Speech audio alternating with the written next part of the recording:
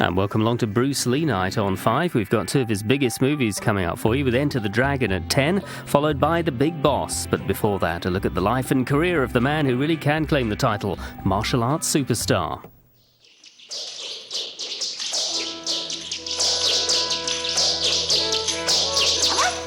Bruce Lee arrived in America a poor immigrant, but rich in talent. He set his sights on the Hollywood dream, but Hollywood was not ready for Bruce Lee. Everything that Bruce did was raw, was fresh, was innovative, and just so much ahead of his time. He was good looking, he was muscular, he was fast.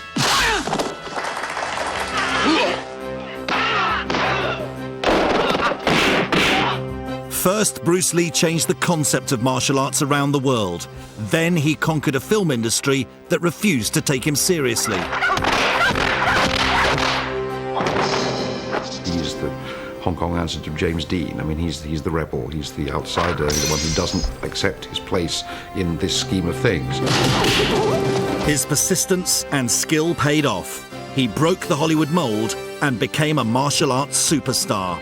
He was the first Asian actor to be put center stage and allowed to be the hero that triumphs at the end.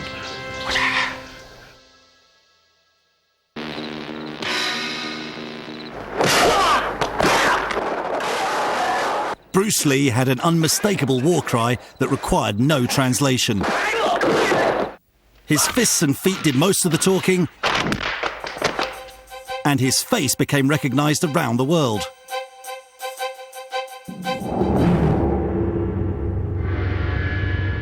On screen, Bruce Lee came across as larger than life, but in person, he was just 5'7" and weighed 10 stone. Despite his diminutive size, the effect he had on generations of martial artists was massive, and it can still be felt today. The impact of him as an individual is huge, and it's just growing all the time. I mean, we've got clubs everywhere. People were initially drawn in by like the movie stuff, you know, like the flash stuff, like the kick in and stuff like that. And I think people were drawn in because of that. But then his real art was very simple and direct and effective. Be formless, shapeless, like water.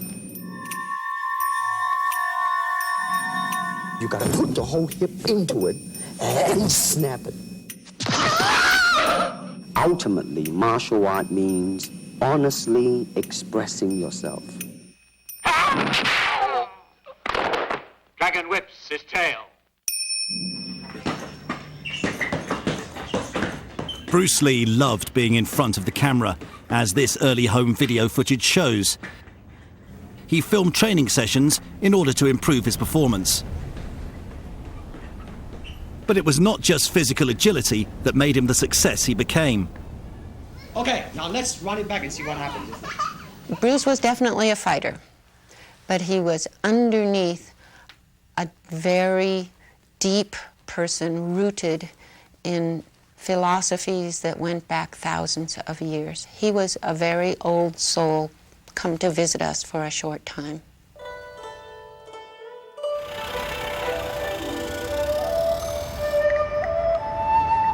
On November 27th, 1940, the year of the dragon, Bruce Lee was born in San Francisco, while his father, a Chinese opera singer, was on tour in America.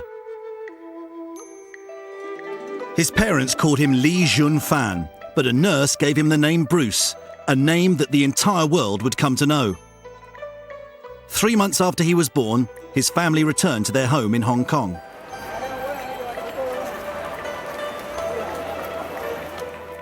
The third of 5 children, Bruce Lee grew up in a theatrical family, so it's not surprising he was a natural as a child actor. He had appeared in over 20 Chinese movies before the age of 18. His screen name was Li Su Lung, which means the Little Dragon. Bruce Lee's style was apparent at an early age. What are you doing here?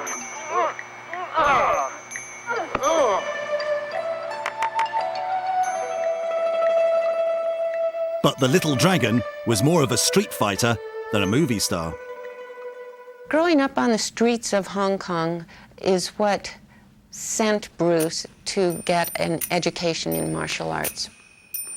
Bruce studied the Wing Chun style of martial arts. This involved hours of arduous training against a wooden dummy. He drilled and practiced. This early discipline provided Bruce Lee with a solid foundation in martial arts that eventually led to his superstardom. Obviously, it is hard work. It wasn't something easy. It was something that you had to nurture. But you can see he's got this like energy, and it's not just something that's God-given. It's like he's worked hard at it. He's a boy from Hong Kong who's transformed himself, and I think everyone had that thing of I could also transform myself. During this early period, between the ages of 13 and 18, his most influential teacher was Yip Man. But there was a side to Bruce Lee's character that would get him into trouble. He was more interested in throwing punches than doing schoolwork. Bruce, I think he would describe himself as grown-up street fighting. I think it was not until he came to the United States that he actually became serious about his studying. He was not a real good and serious student in school in Hong Kong. But he didn't just hang around on street corners. A natural competitor who never did anything by halves. When he took up dancing, it wasn't enough just to be good. He wanted to be the best. Bruce Lee's determination to win paid off, and he became the Hong Kong Cha-Cha champion of 1958. I think it was quite natural for him to have combined the characteristics of being a streetwise young punk that he would have called himself, I think, and combining that with being the coolest cha-cha dancer around, because those things kind of went together. Expert coordination, fluid footwork and rhythm. This physical elegance would prove to be an essential part of his superstardom as a martial artist. But to make it, he was going to have to betray an age-old Chinese tradition.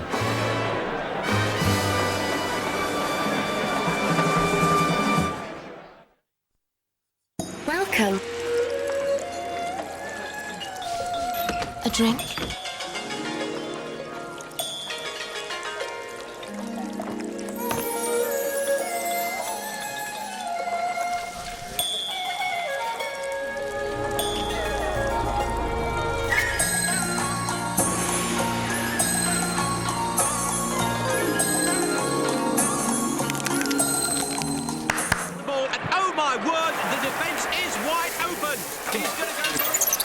Carlsberg don't do takeaways, but if they did, they would probably be the best takeaways in the world.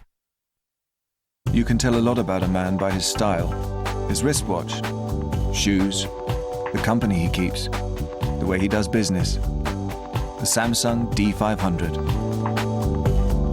Bluetooth technology, 60-minute video recording, 1.3 megapixel camera with flash.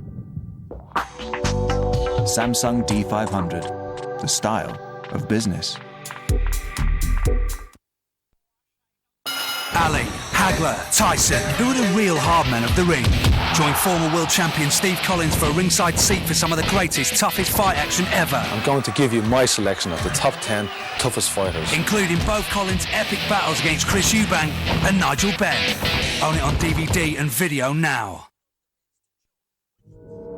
Bridges and rubber bands, metal poles and dancers. It's surprising what goes together. So when we say an electric shaver and foam, trust us, it works. Using Schörner Sensitive with foam is the fast, easy way to shave sensitive skin. If it's not better than your current shave, we'll give you your money back. When your skin is sensitive, it can be sensitive all over, including your scalp. So what do you do when that sensitive scalp gets dandruff? Try new Head & Shoulders Sensitive.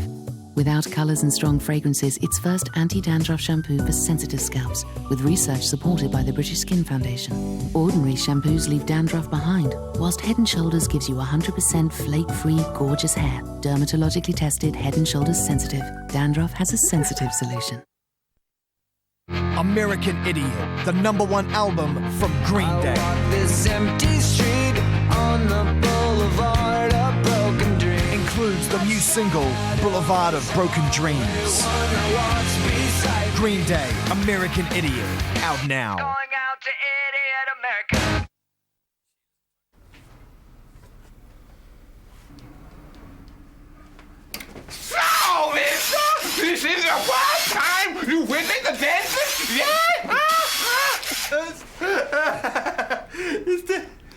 nice one! Ears of you!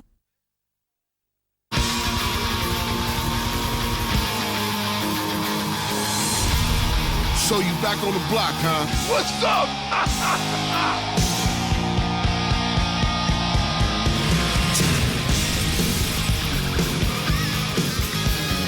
Welcome to the jungle. We got fun and games. We got everything you want. Grand Theft Auto San Andreas. Out now on PlayStation 2. Certificate 18. Mr. Lee, are you ready?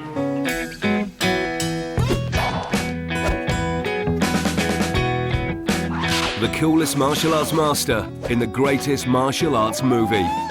Enter the Dragon, part of Bruce Lee Night. 10:05 tonight on 5.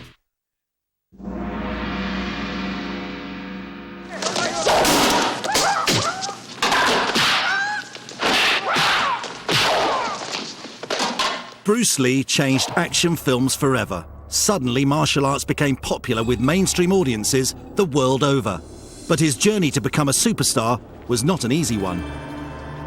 As a teenager in Hong Kong, Bruce Lee fancied himself as a streetwise rebel. He got a reputation for brawling.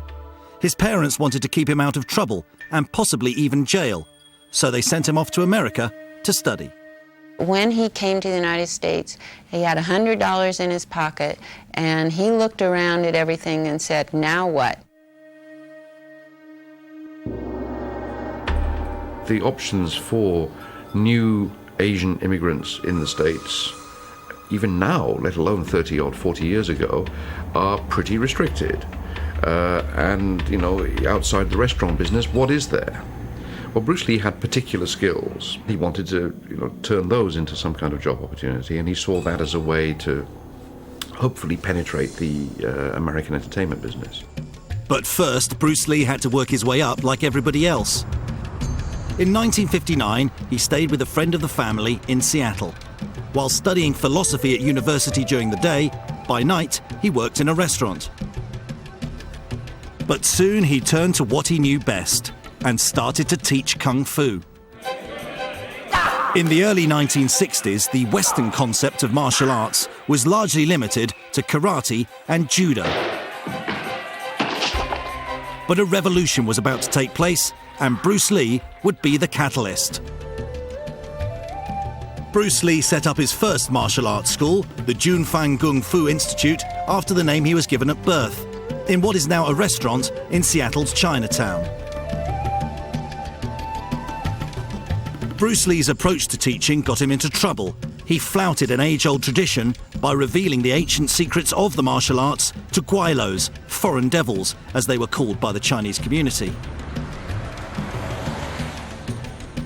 He was willing to teach anyone and everyone, as one of his first students and friend, Taki Kimura, remembers. He didn't want to adhere to the barriers that were there for centuries. And he felt that in teaching, he didn't say, well, if you're black or if you're yellow or white or whatever, I mean, I'm not going to teach you. He looked at your character and he said, if you show the genuineness, he's going to teach you. Bruce Lee's classes grew. One student, Linda Emery, found herself coming to his lessons. But she was interested in more than just learning Kung Fu. And so he was demonstrating on me, and he threw me down to the ground, gently, of course. And so as he was showing the others how to do this, he said to me quietly, "Would you like to go to the Space Needle for dinner?" And I said, "All of us go to the Space Needle?" And he said, "No, just you." And I was like, and so I guess that was at the first time that we actually went out alone together. After dating, the young couple were ready to take the next step. But interracial marriages in early 60s America were frowned upon. Bruce and I, when we decided we would get married, had decided not to tell my family. Very unwise and immature, but I was 19, and but my family would have objected to me marrying a non-Caucasian person. And they had my best interest at heart. They didn't want me to go into a situation that would lead to heartache and struggle. And however, I was 19 and I knew better. And so Bruce and I had decided we would get married and run away and then tell them all later. But their secret came out when they applied for a license. The local newspaper printed the names of all those who wanted to get married. So my mother came to the place where I was working. She said she needed to talk to me, that my Aunt Sally had called and said that my name was in the paper. And oh my goodness, it hit the fan. It sure did. With their secret out, they had to face her parents. But Linda's family just needed time to adjust to the idea of their daughter marrying a Chinese man. I can understand their concern, but I felt it was the right thing to do. So with my mother's blessing, we did get married, and we got married in a church, and my mother and grandmother were there, as was Taki Kimura as the best man. They moved to Oakland, California, where Bruce Lee set up the second branch of the Junfang Kung Fu Institute. But his open approach to who he taught, particularly white people, got him into trouble. Bruce's attitude toward teaching whoever wanted to learn, particularly Caucasians, angered many of the elders in the Chinese community, with the result that when he was teaching in Oakland, they sent a challenge. A challenge which he accepted. It was like a scene straight out of the movies. Members of a San Francisco Kung Fu school confronted him. He had to either stop teaching non-Chinese people and close the school, or fight a top martial arts expert. Bruce Lee never walked away from a fight. I was present at that fight, and in fact I was 8 months pregnant at the time with Brandon, and I never had a moment's fear myself because I had such confidence in Bruce's ability. Bruce Lee was confident in his technique and didn't think that a fight would last more than 10 seconds. They battled for 3 exhausting minutes. He emerged victorious, but he was drained, both physically and mentally. Bruce was so despondent, so disappointed in his performance. And actually, this was a real turning point in his life and in his martial art development, because he realized that maybe he didn't have the tools to take somebody down instantly, and that he wasn't in good enough aerobic shape, physical shape, to do this without getting winded. So he set out to increase his stamina and trained obsessively. He was driven by the thought of losing a fight. And so from that point on, he applied himself completely, 200%, to the mission of refining his martial arts skills, and thus began the development of his way of martial arts, which he called Jeet Kune Do. Jeet Kune Do is a conceptual approach to training in martial arts, as against his Junfang Kung Fu, which is fixed, and that's what's great. That's what's ever changing about his art, is it goes on. Whereas if it was fixed, it has a time. It's of its time. It's of the 60s or of the 70s. Where if you're dealing principles are forever. Jeet Kune Do means literally the way of the intercepting fist. To develop it, he adapted aspects of other fighting disciplines that would give him the edge. His aim was always to win. Bruce Lee studied any and all forms of combat. He read widely and collected more than 2,500 books, often on seemingly unrelated fighting techniques like fencing. This is a book that Bruce Lee learned a lot from, but you can see as you turn through the pages of this book Bruce's underlinings and some of the lessons that he then applied to Kung Fu as opposed to fencing. This is a fencing book, but Bruce took many of the principles from fencing and incorporated them into his own martial development. He studied the thrusting movements of fencing as a way to engage an opponent quickly. He displayed the results of all his hard work at karate tournaments. He impressed the audience by doing push-ups with just 2 fingers, and he demonstrated his particular brand of martial arts and the power he could wield with just a short thrust of his fist. He called this a 1-inch punch.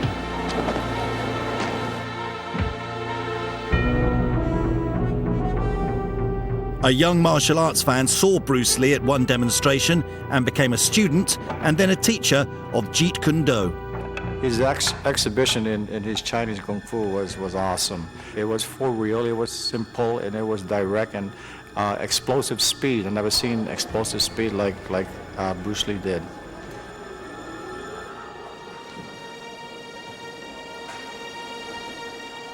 A television producer, searching for an actor to play the part of Charlie Chan's #1 son, saw a film of one of Bruce Lee's demonstrations, and he called to set up a screen test.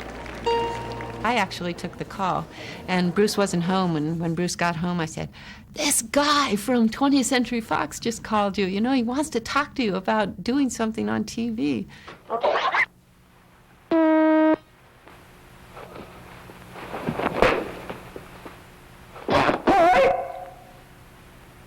Test X1. Take one, Steve. Now, Bruce, just look right into the camera lens right here and tell us your name, your age, and where you were born. My last name is Lee, Bruce Lee. I was born in San Francisco in 1940. I'm 24 right now. And you work... When I see Bruce in that original screen test, what goes through my mind is remembering how he was apprehensive. Now look over to me, Bruce, as we talk. I understand you just had a baby boy? Yeah. And you've lost a little sleep over it, have you? 3 nights. He had not been before a camera for many, many years, had never planned to go before a camera again. That was not part of his planned future at that point. And here he was now in Hollywood doing a screen test. There is the finger jab, there is the punch, there is the back fist, and then low. Of course, then they use leg, straight at the groin, all come up. Or, if I can back up a little bit, they start back from here, and then come back. All right. It's kind of worried. He has nothing to worry about. The film never happened. But Bruce Lee was cast in a new TV show, The Green Hornet, as the quick-footed sidekick Kato. He faced the American press for the first time. Well, I'll say it the Chinese way. 多謝晒. Thank you very much. Bruce Lee set aside his plans to open a chain of kung fu schools and pursued an acting career. The Green Hornet and his sidekick Kato blasted onto television screens in 1966. Bruce made the human body a weapon in a way that people hadn't seen before. There's a difference between being tough and being cool. And Bruce was cool all day long in that show. I mean, just the look in his eye, the way he'd walk or swagger or saunter, he was cool. Kato's screen partner was a crime-fighting newspaperman, played by Van Williams. He is so fast, and he's in black, and you're never going to see him. So evidently the next day in dailies, they went in to look at some of the stuff before he slowed him down some, and sure enough, it was just and a bunch of yelling and a black blur and people flying, and he was something else. To promote the Green Hornet, the stars appeared on the hit series Batman.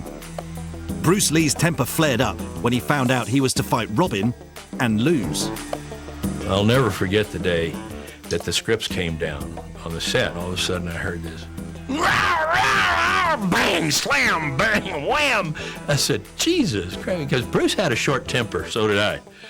And occasionally we'd get ticked off about something and blow up, and then it'd all be over, and you know. But it just kept going, and it went further and further away, and all of a sudden I heard the outside door slam, and then I heard a car, and screeching brakes, and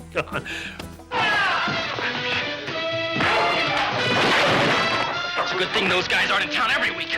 Bruce Lee put out the word that he was going to fight Robin for real, enough to worry the hardest of crime fighters, and certainly an actor. I tell you what, it's amazing that he didn't wet his pants. He might have his costume. But it was a very touchy situation there for a while. But Bruce Lee made a joke out of it. In the end, the scene was shot without incident. Robin and Kato fought to a draw. What do we have here? A Mexican standoff? Kato and the Green Hornet could not win the ratings fight, and the show lasted for just one series. Bruce and Linda moved to Los Angeles and started a family. Their son Brandon was born in 1965. And then 4 years later, their daughter Shannon arrived to complete their family. He did the best at everything that he could, which includes being a father, being a husband, as well as being a martial artist and an actor and a philosopher and being a good friend to many people.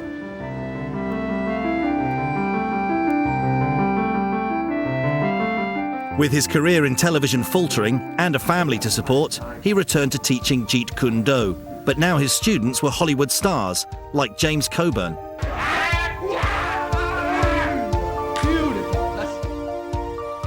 He filmed the lessons to help his students, like Coburn, learn Jeet Kune Do, and at the same time, Bruce Lee was learning how to choreograph fights for the camera.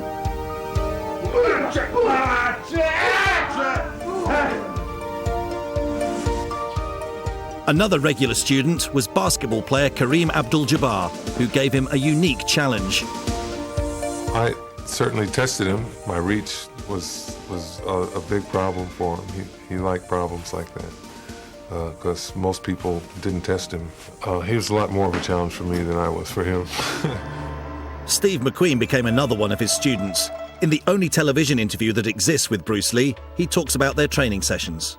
Now, as a fighter, Steve McQueen, now he is good in that department because that son of a gun got the toughness in him. Yeah, I see it on the screen. I mean, he would say, "All right, baby, here I am, man."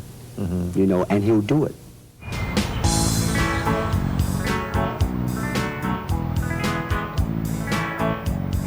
In the late 60s, Bruce Lee continued to be involved with the Hollywood film industry and its stars. He worked with Dean Martin as a fight choreographer on The Wrecking Crew and appeared in the film Marlowe with James Garner. He also developed a film script and even went as far as scouting locations in India with James Coburn. He did manage to land a lead role in a pilot episode of a TV series opposite James Franciscus. He essentially played himself, a teacher of Jeet Kune Do. This is what it is, okay? I said, empty your mind. Be formless, shapeless, like water. Now, you put water into a cup, it becomes the cup. You put water into a bottle, it becomes the bottle. You put it in a teapot, it becomes the teapot. Now, water can flow, or it can crash. Be water, my friend. Despite him having had various acting roles, Hollywood was still not ready to invest in a Chinese star, and the lead in the TV series Kung Fu went to a white actor, David Carradine. They were afraid that a Chinese star would not be bankable in Hollywood. He decided if he could not get into Hollywood through the front door, he was going to go around the back and come in the side door. And that is exactly what he did. Ever the rebel, Bruce Lee had found a cause to fight for. He would take on the establishment and beat them at their own game. Capital One offers active fraud protection, which means we're always looking out for you.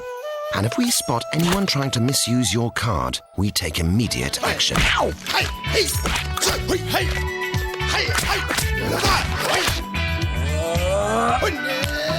The Capital One No Hassle Platinum Card gives you active fraud protection, chip and pin, and low rates that stay low. What's in your wallet? Hey, Cardworm! Tomorrow at W.H. Smith, there's 10% off everything. Oh. They call it throat cancer. They've come in and removed my voice box. Before they did this, they found out I got lung cancer as well. Call 0800 169 0169.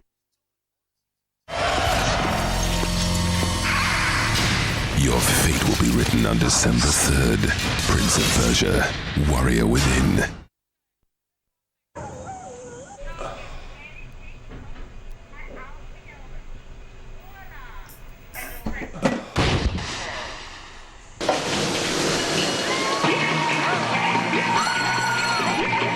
New Lynx Recover Shower Gel with added Lynx effect. Bottom 25 years of mindless violence. The very best of the violent bits. Every eye-watering moment from Rick Mail and Ade Edmondson. Every single gouge, punch and belt. Bottom Mindless Violence on DVD and video now. There's a local store that's part of Europe's biggest independent electrical buying group, bringing you big brand names like Hotpoint, AEG, Bosch, LG and Toshiba. But it doesn't stop there. Euronics Centres means competitive superstore prices with local store service and exclusive offers. The Euronics Centre sign is your passport to top brands and super value. Remember, there's always a great deal in your high street. Euronics Centres, making your money go further. This Christmas, Virgin Megastores presents Great Value Chart DVDs. Get that Peter Kay Thing, the complete series, on 2 discs.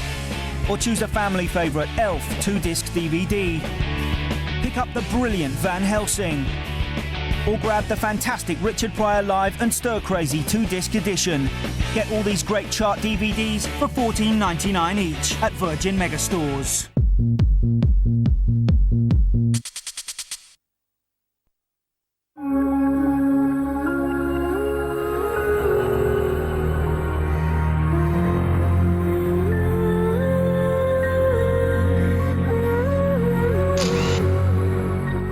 SL65. Discover black magic. Siemens. King Arthur. Prepare for combat! The director's cut. Only on DVD. The best battle scenes ever. Are now uncut and uncensored. Get the fully extended version with unseen footage. Too explosive for the cinema. Do we have a problem? King Arthur. Only on DVD.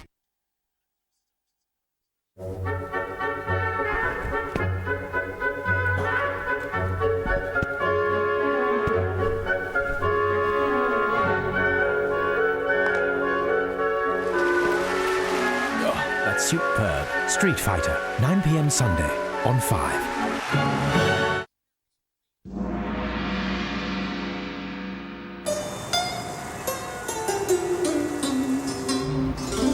In Hong Kong, Bruce Lee's popularity as a child star had been kept going through his role as Kato in the television series The Green Hornet. So he returns, with his son Brandon, to the city where he was recognised wherever he went, and turned his back on Hollywood. I've never seen anybody enjoy the celebrity that he was having in Hong Kong, or any place. I mean, anybody else enjoy it as much as he enjoyed it. Sometimes people say, you know, was he spiritual? I say, yeah, perhaps, but I can see him much better in a Bentley than in a monastery, you know. But while Hollywood kept its doors firmly shut, the Asian film industry saw his potential and were keen to sign him up. And he went to Shaw Brothers first, because that was the biggest company in Hong Kong. And Shaw's offered him their standard contract, which was, you know, a lifetime's servitude for about $50 a month. And you know, 10 films a year, and you do exactly what we tell you at all times. You stay in our dormitory, you never go out, we promote you as a star in our magazines. And I don't think I can repeat, you know, exactly what he said to them, but you can imagine the tenor of it. And at that moment, a group of people had recently left Shaw Brothers, headed by Raymond Chow, who had been the head of production at Shaw's, and had started a rival company called Golden Harvest. Raymond Chow offered him a better deal. He said, okay, the money is no better, you still have no control, but we only want you to do 2 pictures for us, and let's see how it goes. He signed up for $15,000, and his first film, The Big Boss, was shot on a budget of just $100,000. The first director was fired halfway through the production, and much of the script was made up along the way.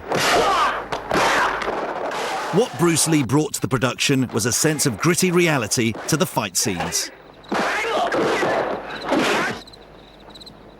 It's just a wonderful combination of an artistic fighting format with the physical aspects. And he's actually, in one point, he's doing a back somersault whilst kicking somebody under the jaw, rotating round in the air and doing a layout back somersault.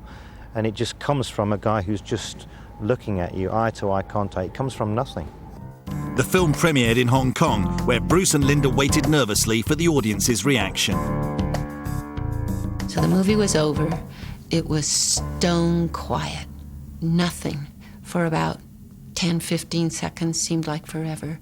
And then cheers erupted in the audience. People stood up. They turned to find where Bruce was in the audience, applauding him, cheering. It was the most thrilling moment of his career.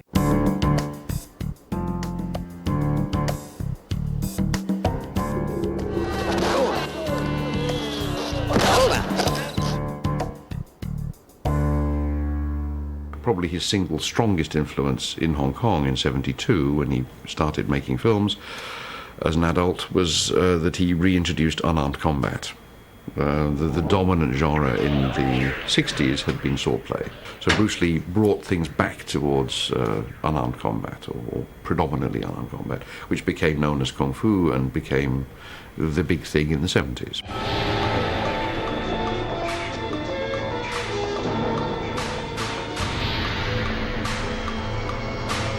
The Big Boss smashed every box office record in Hong Kong.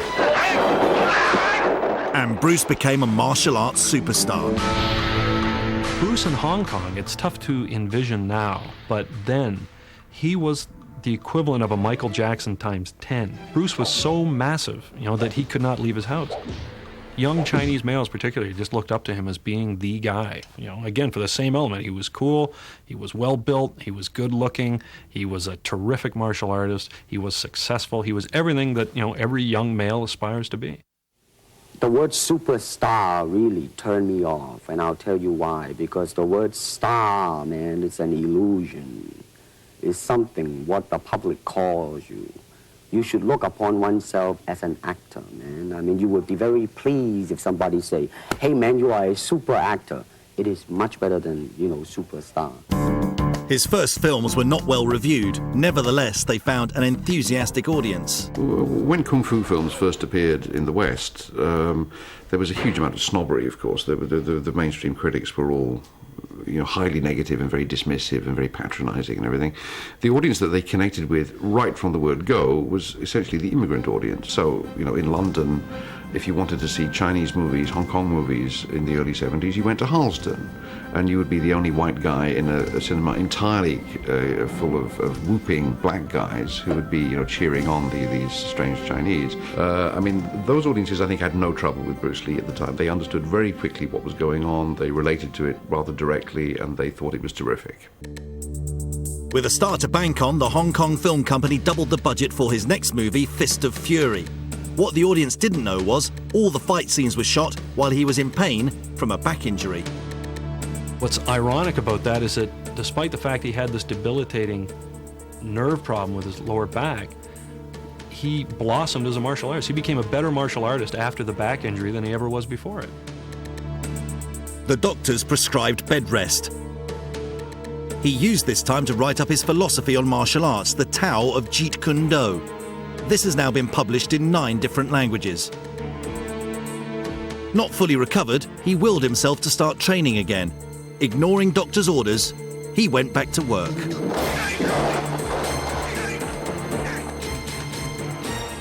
Even though he could do those fabulous fight scenes that you see in the movies, afterwards it was always ice and heat and stretching and rest, and it was a trial. He capitalized on his box office success by taking near virtual control of his third film, Way of the Dragon. He was the star, he wrote the script, choreographed all the fight scenes, and directed the film.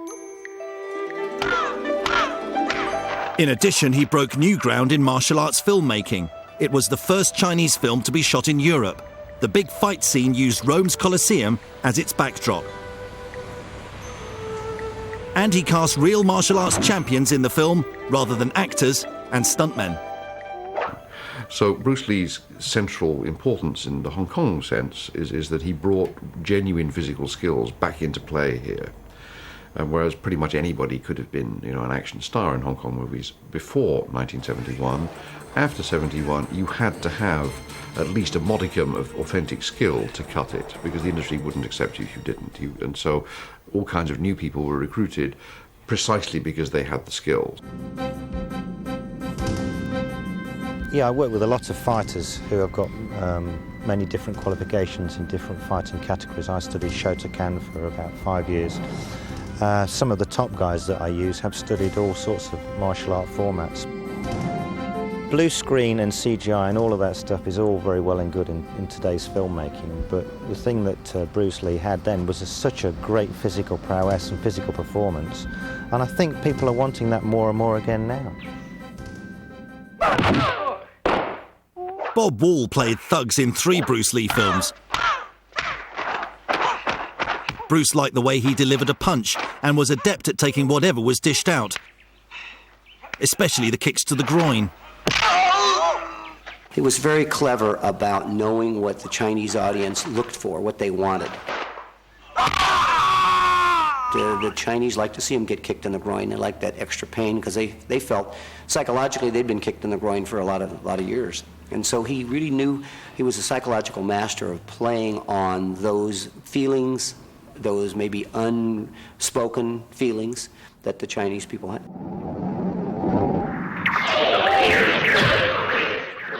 He turned to karate champion Chuck Norris for the Colosseum battle in Way of the Dragon.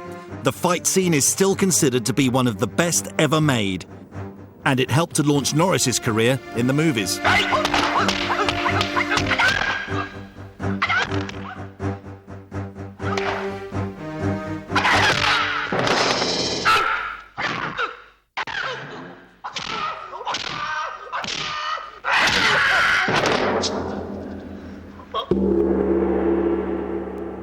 His third film took even more at the box office, so Bruce Lee planned his next film, Game of Death. This was to feature a remarkable mismatch. The 5'7" martial arts star was to do battle with his 7-foot-tall student, Kareem Abdul-Jabbar. Bruce wanted to make it a depiction of the problems he had boxing me.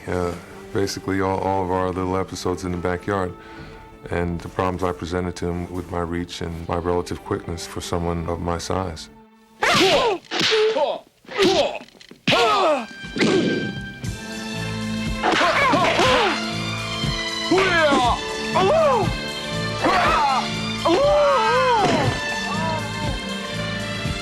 Game of Death had just started in production when Hollywood finally took notice of Bruce Lee.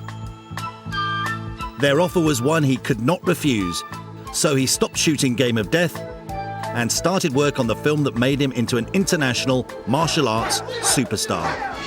Warner Brothers presents Enter the Dragon, the first martial arts film produced by a major Hollywood studio.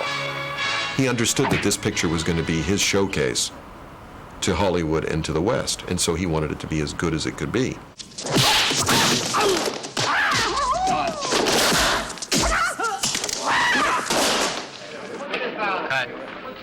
This high level of production values had never been applied to a martial arts film before.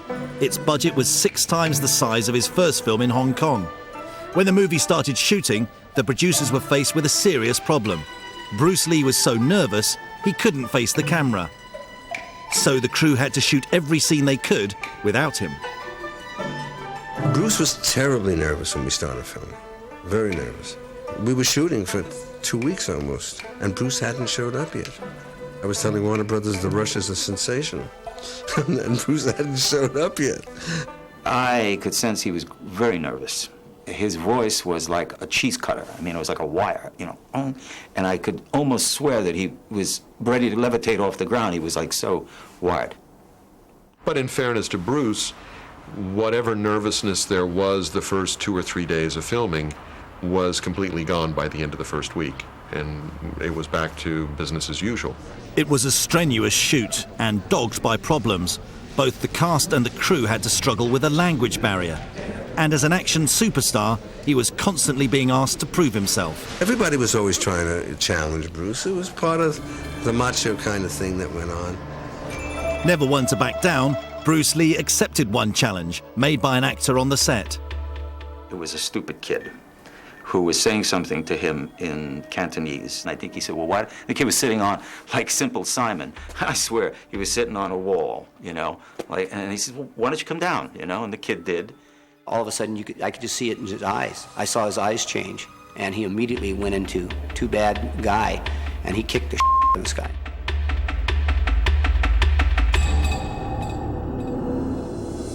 And when that was done and he backed off, he smiled, helped the guy up, and said, back up on the wall.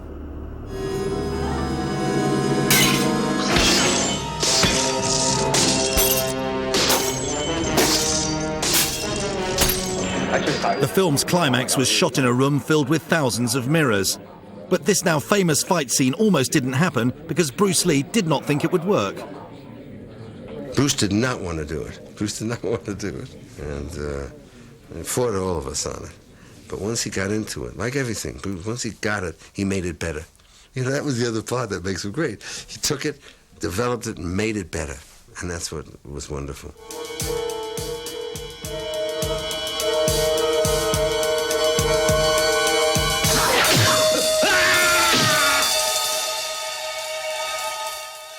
But everything that Bruce Lee did was raw, was fresh, was innovative, and just so much ahead of his time. It's just, I don't think people realise. Once filming was over, in May 1973, Bruce Lee went straight into the studio to dub the film's dialogue. On one particular day, he left the studio suddenly, and a few minutes later was found by a crew member. He had collapsed, and when he came to, lost consciousness again and went into convulsions. They did call me from the hospital and say that Bruce had been taken into the hospital unconscious. Of course, we had no idea what in the world was the matter. So I rushed to the hospital, and Bruce was unconscious, and they didn't know what was wrong.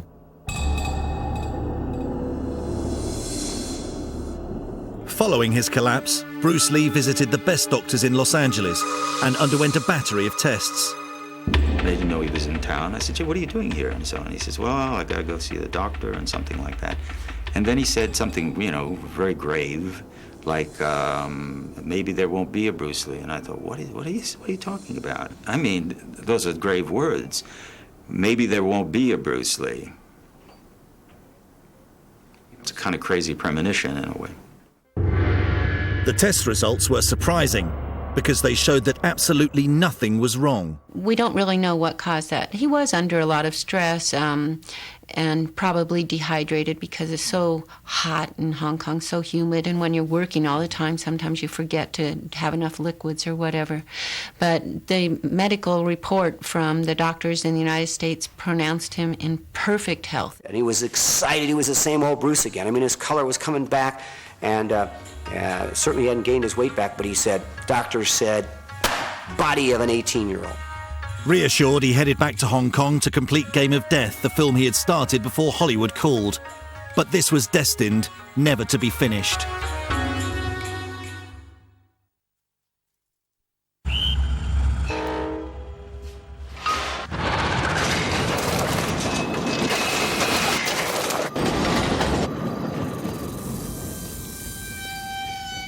Last train? Not so bad.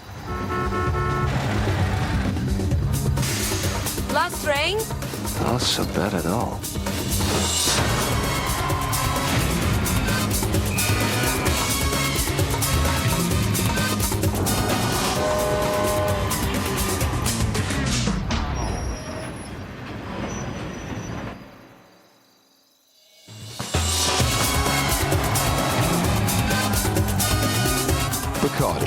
Welcome to the Latin Quarter.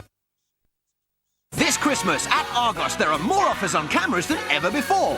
Save £20 on this 3 million pixel digital camera, now under £50. We, the jury, find the defendant guilty as charged. This is not a prison. No walls, no bars. It's harder than that. The challenge to tame single-handedly a wild Mustang.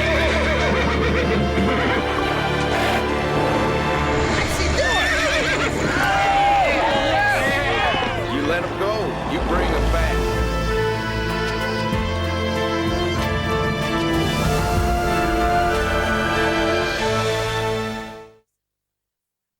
iRobot on DVD. We trust them with our lives, but can they be trusted? I did not murder him! The all-action thriller There's a problem with the robots. that lets you experience a world beyond your imagination. I think it would be better not to die. Don't you, Doctor? Will Smith, iRobot. The future is here on DVD from Friday.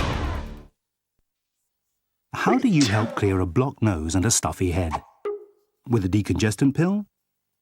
Or with Vicks Sinex? Because Sinex goes straight to your nose, it goes straight to work. While a decongestant pill is still working its way into your system. And because Sinex is equally as powerful as a pill, the only thing you've got to lose is the weight. Vicks Sinex. Fast, powerful relief, day or night.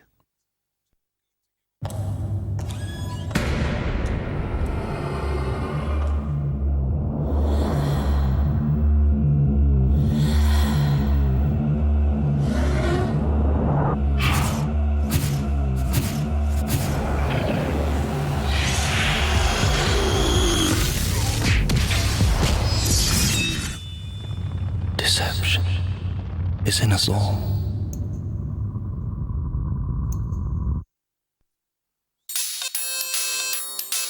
Save £50 on this Vodafone Sony Ericsson F500i gift box with exclusive CD Discman.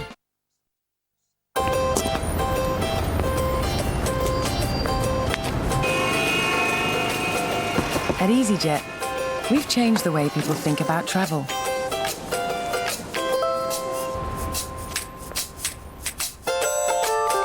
We've brought low fares to millions of people. We've launched love affairs, forged friendships, and helped make memories. So what are you waiting for? Come on, let's fly. You're just not comfortable living next door to him. It was a community park. My intention was to turn this place into the centre of hell in West Croydon. This man has gone out of his way to make our lives a misery. Britain's Worst Neighbour, 8 o'clock, Sunday on 5.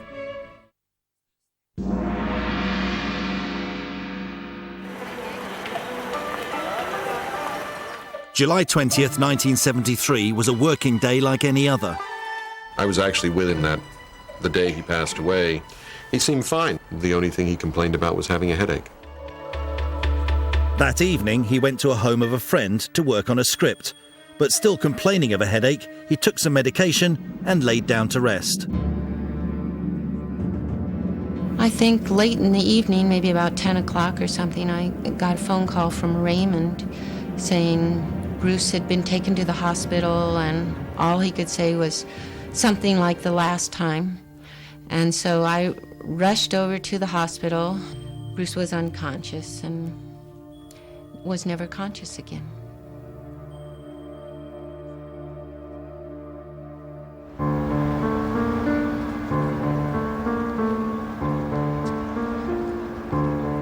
Fans were devastated by his sudden death. A crowd of more than 25,000 people jammed the streets around the Hong Kong funeral parlour where his body lay.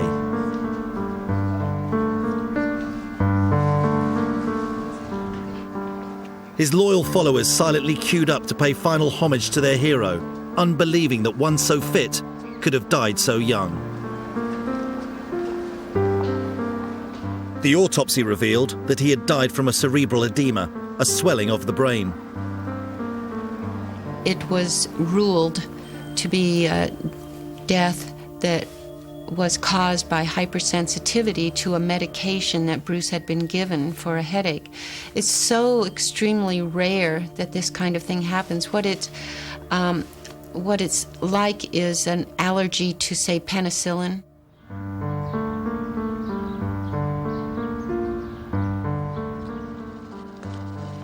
Bruce Lee was buried in Seattle, where he had first taught his method of martial arts. The pallbearers were family, friends, and movie stars Steve McQueen and James Coburn.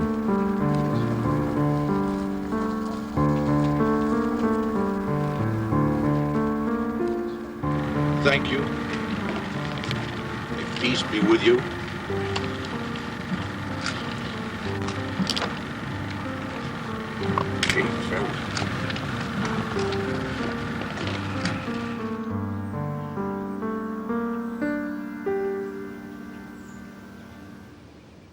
The tickets that Warner Brothers had sent to Bruce and Linda to come for the opening, they were going to be on The Tonight Show, were the tickets that I used to bring Linda and the children back to Seattle for the funeral. The film opened 2 weeks later. I was still in Los Angeles, actually finishing up business when the film opened, and the lines in front of the now Mann's Chinese Theater up on Hollywood Boulevard stretched down the street and around the corner. It was quite an amazing sight. I did attend the premiere of Enter the Dragon, and the theater was decorated with Chinese dragons, and it was wonderful. And yes, it was very sad and very sweet, very rewarding. It's even more rewarding now that 25 years later that Enter the Dragon has become the classic of the genre. And I think that Bruce would be very satisfied with that. He really started something.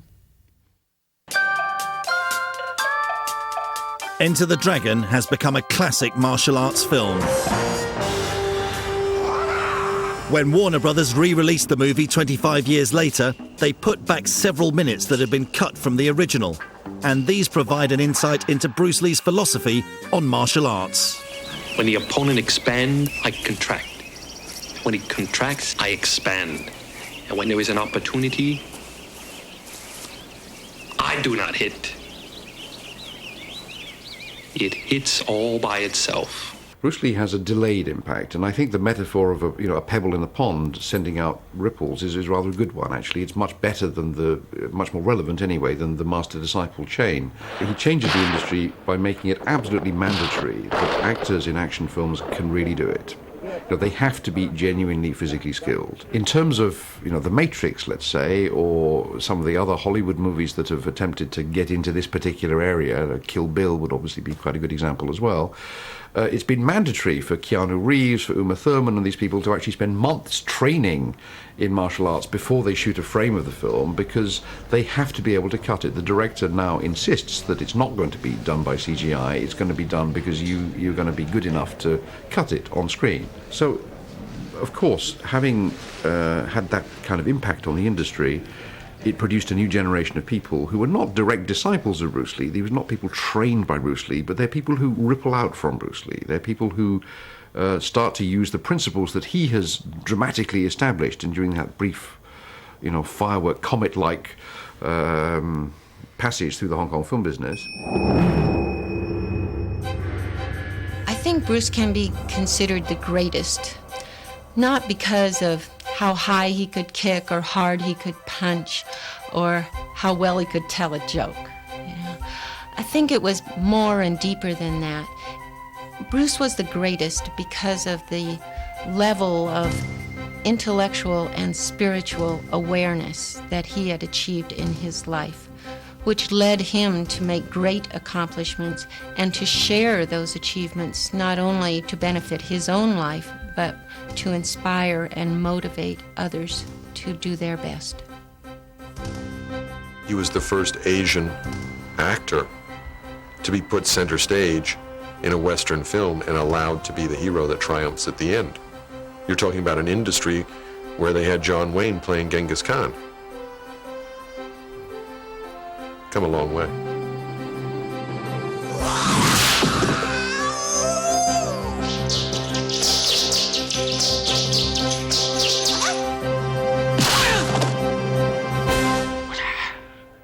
And coming up next on Bruce Lee Night. You have offended my family, and you have offended the Shaolin Temple.